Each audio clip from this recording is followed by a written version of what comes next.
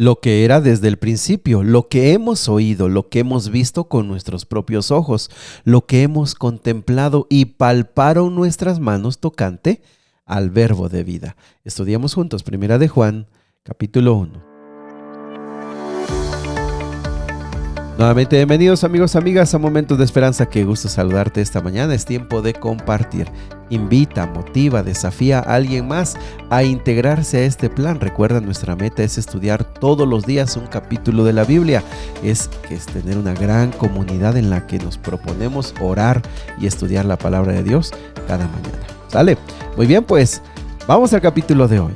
El capítulo de hoy es muy interesante y es las cartas de Juan. En esta primera carta, pues no tenía nombre al inicio quien la escribió. Sin embargo, prontamente en el cristianismo temprano se le puso o se le atribuyó a Juan. Y es que, mis amigos, el contenido que tiene esta carta, las frases, las palabras, pues totalmente coinciden con el Evangelio de Juan. Así que desde el comienzo del cristianismo se le atribuyó a Juan. También el mensaje es muy importante. Al parecer está defendiendo el tema de que Jesús vino en carne, en un cuerpo humano a este mundo. Esas ideas estaban luchando contra el gnosticismo, el docetismo también, que son básicamente ideas que tenían que ver con no creer que Jesús había venido en carne y sangre. También algo me parece también muy interesante. Es una carta muy práctica, nos ayuda a comprender un poquito mejor cómo es Dios. Va a usar conceptos como que Dios es amor, Dios es luz y cómo eso se manifiesta en aquellos que dicen ser cristianos. Así que estas tres cartas van a ser muy interesantes, muy prácticas y me parece, mis amigos, que nos van a ayudar mucho a darnos cuenta realmente si estamos en Cristo Jesús o no lo estamos. ¿Sale? Muy bien, pues vamos al versículo número 1. Dice: lo que era desde el principio, lo que hemos oído, lo que hemos visto con nuestros ojos, lo que hemos contemplado y palparon nuestras manos tocante al verbo de vida. Si nos damos cuenta aquí, Juan, el autor, nos presenta que lo que va a hablarnos es algo que él experimentó, él vio, él tocó, él convivió y se está refiriendo a Jesús. Y también algunas de las palabras que aquí usan indican que había otros testigos que como él habían convivido con Jesús. Esta es una manera muy elegante y muy elaborada de decir: Jesús vino en carne. Nosotros lo vimos, lo tocamos, lo escuchamos, comimos con él, nosotros estuvimos con él. Así que lo que te vamos a hablar no son ideas, atacando el gnosticismo, no son ideas, no son teorías, no son filosofías, te vamos a decir las vivencias. Y apreciados amigos, a mí me parece que esta verdad es fundamental. Nosotros a veces nos ponemos a pensar, pero ¿de qué? Es que tengo que predicar, yo tengo que hablar de Dios, pero ¿de qué voy a hablar? Es más, yo ni me acuerdo de los versículos de la Biblia, a mí se me olvida. Es más, yo leo y escucho este audio, pero a media mañana ya no sé ni lo que escuché. Apreciados amigos, aquí hay algo importante. Nosotros no tenemos que inventar ideas, solamente acercarnos a Dios, caminar con Él todos los días y hablar de lo que Dios está haciendo con nosotros. Hablar de lo que estamos viviendo con Cristo, de cómo hemos tenido paz, cómo hemos tenido gozo, cómo en medio de las adversidades Dios nos ha sostenido, cómo Él nos ama profundamente y tú estás confiado en que Él quiere lo mejor para ti. Habla de lo que has tocado, habla de lo que has vivido, habla de lo que has escuchado, habla de la vivencia que has tenido con Cristo Jesús. Versículo 2, porque la vida fue manifestada y la hemos visto y testificamos y os anunciamos la vida eterna, la cual estaba con el Padre y se nos manifestó. Y aquí nuevamente vuelve a argumentar. Les voy a hablar de lo que hemos visto, pero hablando de Jesús dice: anunciamos la vida eterna. Lo que está diciendo aquí es cierto, Jesús vino en carne, Jesús vino en sangre, pero también Él estaba con el Padre desde la eternidad. Recordemos que Juan habló mucho acerca de cómo Jesús es eterno y es uno con el Padre. Y dice, les voy a hablar de eso, de la eternidad, de Jesús que ha estado con el Padre. Versículo 3, lo que hemos visto y oído os anunciamos para que también vosotros tengáis comunión con nosotros. Y nuestra comunión verdaderamente es con el Padre y con su Hijo Jesucristo. tema que va a hablar también, la comunión. Dice, lo que les vamos a escribir nos va a ayudar a que ustedes y nosotros, es decir, toda la iglesia, podamos estar en comunión, una verdadera comunión, así como estamos en comunión verdadera con el Padre y con el Hijo. Apreciados amigos, la palabra comunión es una palabra que implica muchas cosas más que solamente llevarse bien. La palabra comunión tiene que ver con tiene que ver con que nosotros tenemos la conciencia clara, tenemos el pensamiento claro de que Dios está a nuestro lado, así que nuestros pensamientos, nuestras acciones, nuestras oraciones y obras manifiestan nuestra comprensión de que Dios está a nuestro lado. Nosotros entendemos que experimentamos la presencia de Dios. Estamos conscientes de su proximidad mediante el Espíritu Santo. Así que cada pensamiento, cada palabra, cada acto refleja la experiencia de su amante presencia con nosotros y reconocemos que Él lo ve todo. La comunión con Dios, mis amigos, significa que hemos aprendido a amar a Dios. Sabemos que Él siempre nos amó y estamos agradecidos por su protección, así como, no sé si lo han visto, así como un niño se desliza entre los brazos de su padre cuando tiene temor y allí se queda, aun cuando pasa el peligro. De la misma manera nosotros estamos escondidos en los brazos del Señor, siempre presentes en Él, siempre sabiendo que Él está a nuestro lado. La comunión con Dios, mis amigos, es una de las mayores experiencias que nosotros debemos aspirar. Dice el versículo número 4, estas cosas os escribo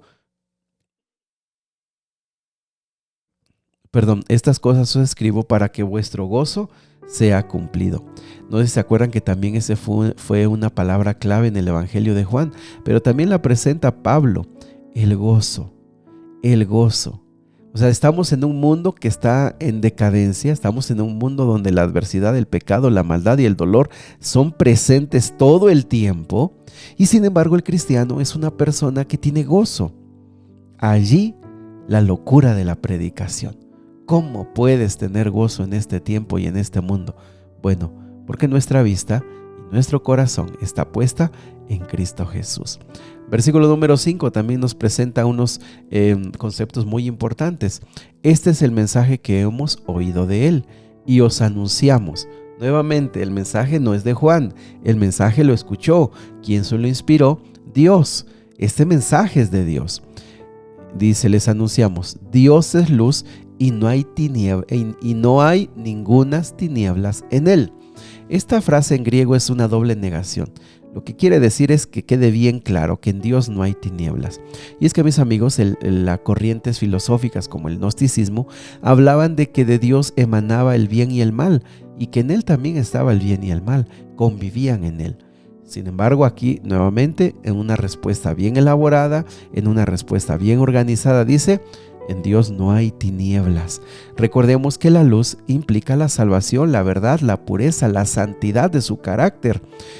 La luz en la palabra de Dios está asociada directamente con Dios y refleja eso, su santidad, su perfección, su justicia, su amor y su misericordia.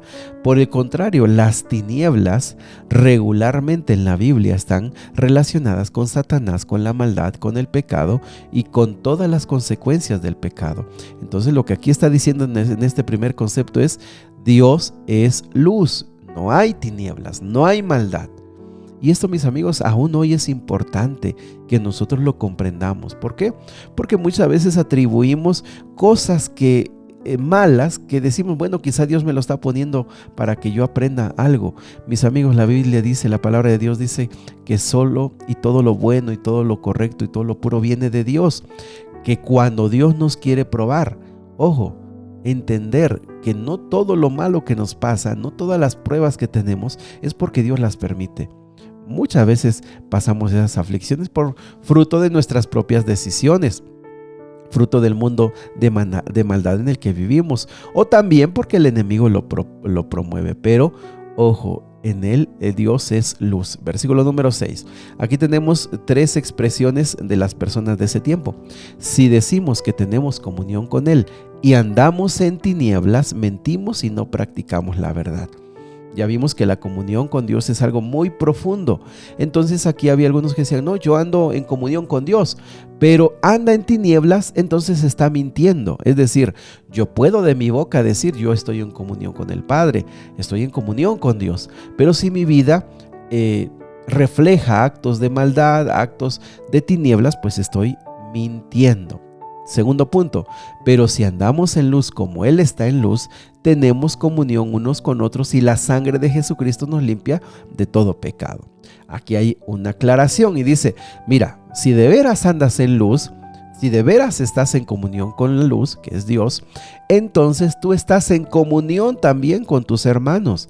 Y este punto va a ser importante en estas cartas. Lo que refleja realmente que estamos en Cristo Jesús es que estamos en paz con nuestros hermanos. No puede, o sea, cuando una persona no se lleva con otra, cuando una persona no se habla con otra, cuando una persona odia a su hermano, no puede decir que está en comunión con Dios. Y aquí esto es claro y es evidente. Y también cuando estamos en luz, Jesucristo nos limpia de todo pecado. Fíjate que esto es muy importante porque esta frase de nos limpia de todo pecado no se refiere a la primera vez cuando llegamos a Cristo y entonces nos limpió de pecado. No, esta frase se refiere a cuando ya estamos en Cristo, ya estamos gozando de la comunión con Él, pero nosotros cometemos ciertos pecados, ciertos errores, y entonces vamos a Cristo y Él nos limpia de ese pecado y esa maldad. Recordemos que hemos repetido muchas veces que entre más nos acercamos a Cristo, que es luz, más hay evidencia de nuestro pecado y más necesidad y deseo tenemos de ser limpiados de pecado. Por eso, mis amigos, quien está lejos de Dios no se da cuenta que está mal.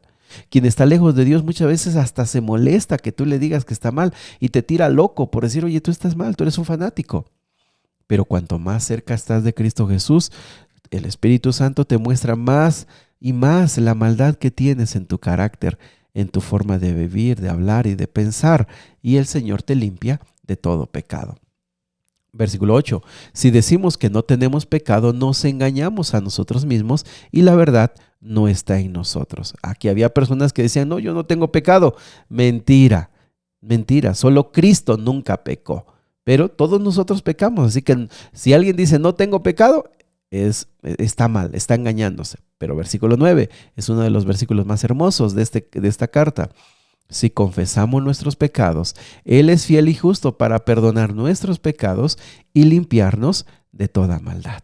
Mis amigos, el pecado, ahora que estamos en Cristo, no es un problema, porque cuando cometemos pecados, vamos a Cristo arrepentidos, reconociendo, y Él nos perdona por su misericordia. No pecamos a propósito, no pecamos para decir que de todos modos el Señor nos va a perdonar. No, nos duele fallarle a alguien que nos ama tan profundamente. Versículo 10, si decimos que no hemos pecado, le hacemos a Él mentiroso y su palabra no está en nosotros. Aquí había unos que se creían perfectos y decían nosotros, yo ya no cometo pecados, yo ya no cometo nada, yo estoy bien, yo soy perfecto. Mentiroso. Y la palabra de Dios no está en nosotros. ¿Por qué? Porque no puedes decir que no cometes errores. Nadie lo puede decir. Es un mentiroso y entonces la palabra de Dios no está en él. Apreciados amigos, aunque es una carta pequeña, tiene conceptos muy profundos y muy interesantes que con la ayuda de Dios podamos nosotros meditar en ellos. Vamos a hacer una oración. Querido Padre Celestial, ayúdanos también a vivir como Juan, hablando de lo que ha experimentado, de lo que ha visto, de lo que ha tocado, de lo que ha gozado. Ayúdanos a que como Juan podamos hablar de nuestra experiencia contigo. Ayúdanos a recordar, Padre, que si tenemos comunión contigo, debemos tener comunión con nuestros hermanos. Que si estamos en comunión contigo, también podemos estar en comunión con aún aquellos que nos resulta difícil perdonar. Señor Jesús, ayúdanos a siempre reconocer nuestros pecados y nuestra maldad. Que cuanto más nos acerquemos a ti, podamos darnos cuenta que de nuestro carácter necesita ser perdonado. Te lo pedimos, Señor, en el nombre de Jesús. Amén. Que Dios te bendiga. Sigue abriendo tu corazón al Señor. El Señor quiere escucharte.